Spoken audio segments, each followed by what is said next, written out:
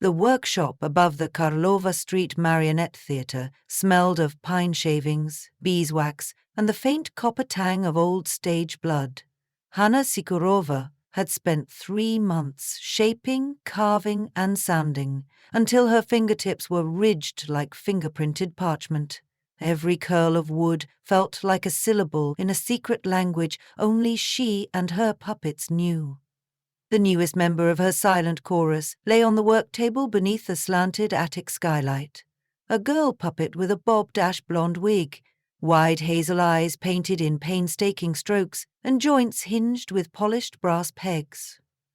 Hanna christened her Maruska, after the youngest sister in the fairy tale 12 Months, the brave child who won spring from the frozen forest. When she tied the final red ribbon around the doll's linen bodice, a gust rattled the window panes. Somewhere far below, the theatre's matinee audience laughed at Punch's misfortunes, but up here, only the wood and Hanna were listening.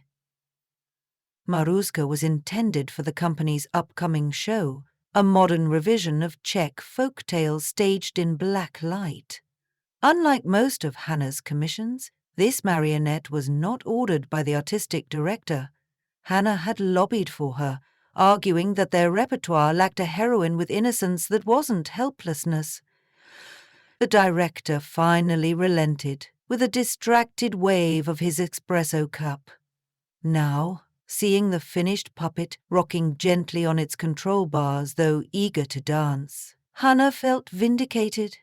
The following evening, after the actors had gone, she descended the narrow backstage stairs with Maruska in her arms to rehearse a scene alone.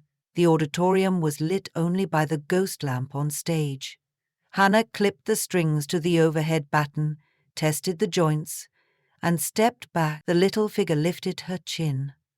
The merest tug on the head string, yet the effect was startlingly lifelike. Hanna began the March meets April scene, letting the puppet trace invisible snowflakes with one tiny hand. When she reached the cue where a wolf should emerge, Hanna realized she had forgotten to bring any of the animal marionettes down. She chuckled at her own absent-mindedness and lowered Maruska back onto the stage. As she unclipped each string, her phone buzzed, a text from her brother reminding her that their father's death anniversary was tomorrow. By the time she answered, the backstage exit had automatically locked. She left through the lobby, promising herself to return early to tidy up. The next morning, the stage manager, Pavel, unlocked the theatre at 7. He found Maruska not on stage, but perched on the velvet armrest of seat B12, facing the curtain as if awaiting a performance. Pavel assumed Hanna had posed her there for a joke, yet when Hanna arrived an hour later, bleary-eyed from placing carnations on her father's grave, Pavel's teasing froze on his tongue. Hanna's confusion was too honest. They searched the building together. The stage door was deadbolted, the windows barred. No one could explain how a puppet left on stage climbed into the auditorium. Pavel shrugged it off with the theatre's usual answer to the unexplainable. Martinska, an invented ghost, blamed for every misplaced prop, but Hanna's discomfort lingered like splintered wood beneath the skin. She carried Maruska back upstairs and tucked her inside a locked armoire. That day, the company rehearsed the Oath of Janzichar while the artistic director timed the cues. From the catwalk, Hanna saw Pavel manipulating the general's marionette, sword arm high, stirring dust motes in the follow spot. Hanna should have been proud. Her carving of Zichika's fierce profile earned audience gasps. But her attention kept drifting to the locked armoire in her workshop. Several times she half imagined she heard the brass pegs clicking. Each time they resolved into the clang of scenery changes or the squeal of stage cables. When rehearsal ended, Hanna hurried upstairs, heart thudding. The armoire door was still locked, the key secure in her apron. Inside, Maruska lay exactly where she'd left her. Hanna exhaled so quickly she tasted metal at the back of her throat. She closed the armoire and almost sheepishly whispered, "Stay," feeling foolish yet comforted by the command. The following week incidents multiplied. A dresser found Maruska hanging from the chandelier, over the green room table. The next night she appeared in the fly tower, dangling 20 meters above the stage like a marionette of a marionette, strings twisted around a pulley. No one admitted to moving her. Jokes turned into superstitions. The lead actress refused to pass beneath the puppet, quoting an old proverb, "Where a string is cut, a life is cut." Hannah stopped locking Marusjek away. It seemed pointless. Each evening she would leave the doll on a shelf and find her somewhere new by dawn. The puppet's paint began to show hairline cracks around the mouth, as though she was smiling more deeply than before. Hannah considered taking Maruska home, but the thought unsettled her. The theatre at least had footlights to banish dark corners. Her apartment did not. So she researched. Folk archives at the Narodny Dai Lihavny yielded legends of Obsivenye Lautki, quickened puppets, carved from trees grown on gallows hills or watered with murderous blood. Yet Marushka was carved from an ordinary plank, bought at a hardware store near the river. If she carried a spirit, whose? Hannah's father had been a joiner who taught her to carve animals from peach pits. He died of lung cancer, not exactly an unsettled ghost. She even phoned her wood supplier, who laughed and said the ashboard came from a forestry co-op in Moravia, delivered by a very living driver. Hannah hung up unsatisfied. One Thursday night, after a school matinee, the crew headed to a pub, except Hannah, who stayed to restring a soldier puppet with frayed lines. She chose a work table in the scene dock, away from Marushka. Around 11, footsteps echoed above. Hannah assumed cleaners were emptying bins. A minute later, the door to the dock groaned open. No one was there, but at waist height something moved. Maruska toddled into sight, strings trailing behind like severed veins. Hannah dropped her pliers.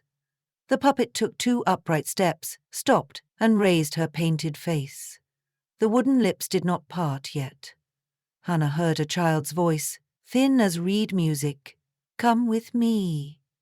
The words weren't sound. They arrived inside Hannah's skull, bypassing her ears. She stumbled backward, knocking over a bucket of plaster apples. "Who are you?" she whispered. Maruska lifted her wooden hand and pointed toward the stage. The overhead work lights flickered off. Hannah ran. She didn't stop until she reached the Charles Bridge, where statues of saints seemed friendlier than her own creation. She called Pavel and babbled about what she'd seen. He arrived within 20 minutes, smelling of beer and alarm. They returned to the theatre together. All lights were on, the night porter awake. In the scene dock, Maruska sat limp atop the table as though nothing had happened. Ah, Pavel examined the rigging. No hidden strings, no footprints, nothing.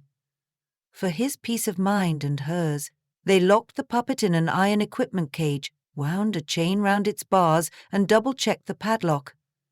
Hannah went home at dawn, ignoring the sunrise that painted Prague's rooftops the color of raw marionette wood. Yet in the morning the porter called.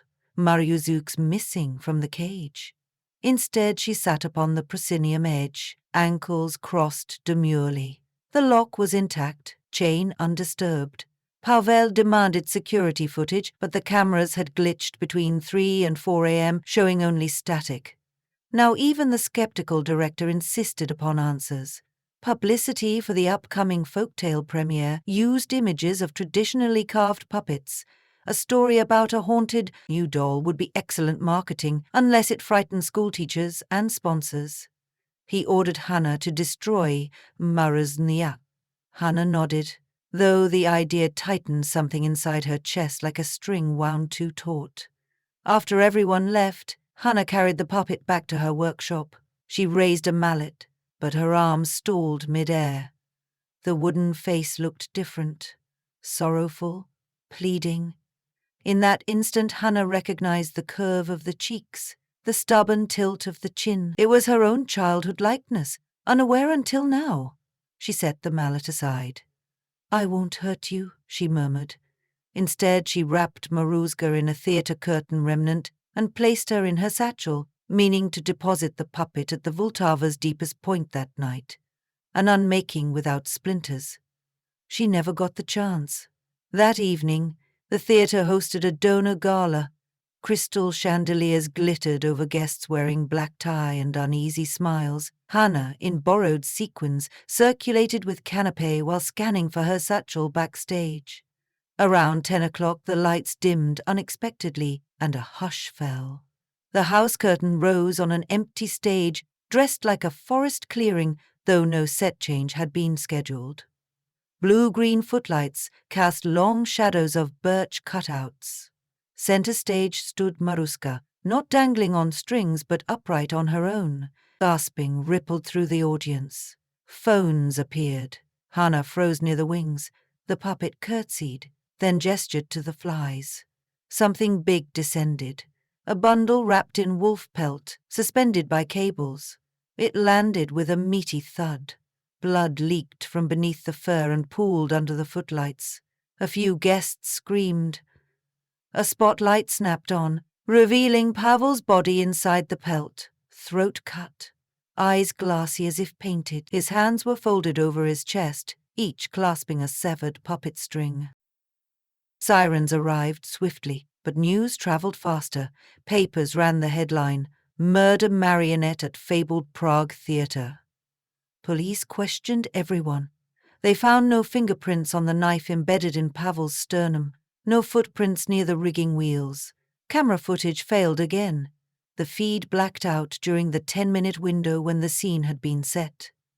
Hannah answered questions in a numb haze. She admitted the puppet's strange wanderings. Some officers laughed, others shifted uneasily. They bagged Maruska as evidence nevertheless. The gala tragedy shuttered the theatre for investigation. In her flat, Hannah paced among half-finished puppets that suddenly felt like sleeping snakes. Guilt gnawed. She'd brought Maruska into being. Pavel had joked she was Hannah's wooden child, which made Hannah what? An unwitting mother of a killer. She dreamed of strings binding her wrists, pulling her toward a forest of stage flats that opened into living trees. In the clearing stood her father, eyes hollow, chest sewn up like a ventriloquist's dummy. She woke tasting sawdust. 2 days later, the detective in charge, Captain Doivak, summoned her to the evidence locker beneath Lavendy na Droyi. Maruska was gone. The chain of custody showed the puppet had been signed in but never out. Surveillance footage again showed static from midnight until 2 a.m. The detective's expression was grim. Either someone in my department is playing an elaborate hoax, or your puppet walks. He asked about enemies. Hannah could think of none. He released her but confiscated her passport. That evening, Hannah returned to the shuttered theatre, keys jangling like guilt. She entered through the stage door, the corridor lights off. The air reeked of old smoke and disinfectant. On stage, the ghost lamp burned. Beneath its weak halo stood Maruska, free of police tags, holding something in her articulated arms. A scrap of parchment. Hannah approached, pulse hammering. The puppet lifted the parchment toward her. It was a page from a fairy tale book, illustrated with woodcuts, a lesser-known variant where the innocent girl slays the beast, using strings spun from her own heart to bind him. The illustration showed the wolf gutted, its body splayed ritualistically. Hannah recognized the staging. Pavel's corpse had been arranged exactly so. The marionette's painted eyes gleamed. Again that cordless voice vibrated inside Hannah's mind. The tale must end. End how? Hannah whispered. The puppet tilted its head. A second figure shuffled from the wings. Her father's unfinished puppet, the one she had abandoned after his death. It bore his likeness, with wire-rimmed glasses and a carpenter's apron, torso still rough-hewn, empty eye sockets drilled but never filled. With stiff gait it advanced to Maruska's side. Tears blurred Hannah's sight. The voice split into two, child bright and old wise. End how it began. String and blood, carver and wood, give us the rest. Hannah understood with a sick clarity of nightmare logic. She had carved Marozk with longing for her father's gentle tutelage, and something, perhaps grief itself, had answered, inhabiting the puppet, hungry to finish a story of separation and reunion. It had chosen Pavel, the only other handler who had touched Marozk with affection, to play the wolf, the obstacle between girl and parent. Now one obstacle remained, Hannah herself, the storyteller who must relinquish control. She backed away. No, stories can change. She scanned the stage for tools, saw only coil ropes and sandbags. The puppet father extended a half-carved hand. Splinters jutted like bones.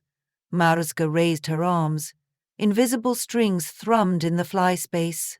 Above, battens creaked. Counterweights released. A sandbag crashed inches from Hannah. Another swung, grazing her shoulder.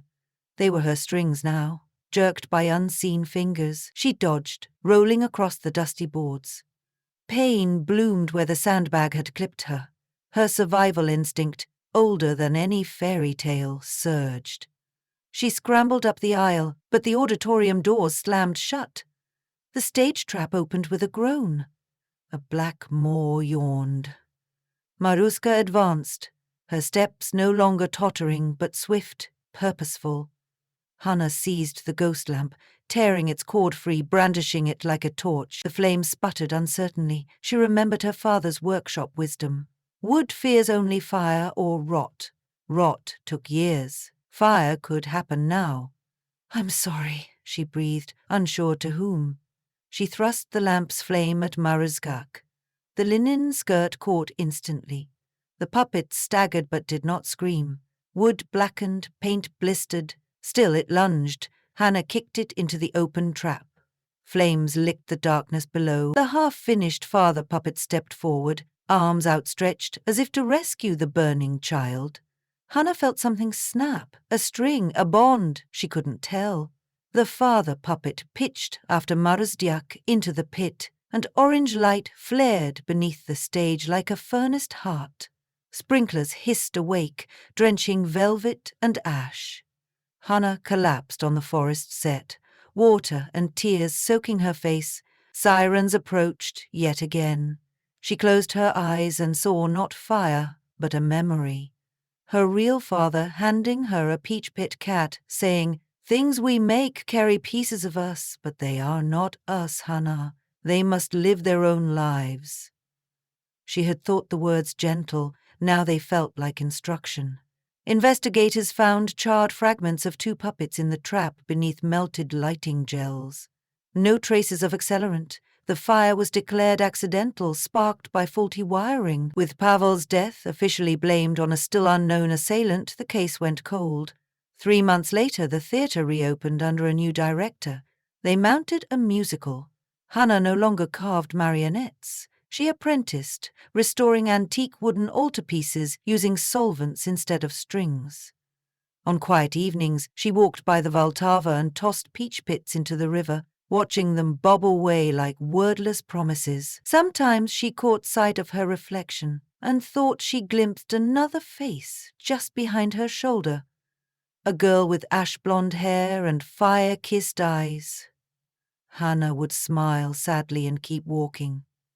Stories could change, she reminded herself, but some endings continued to rehearse themselves in the dark, waiting for the curtain to rise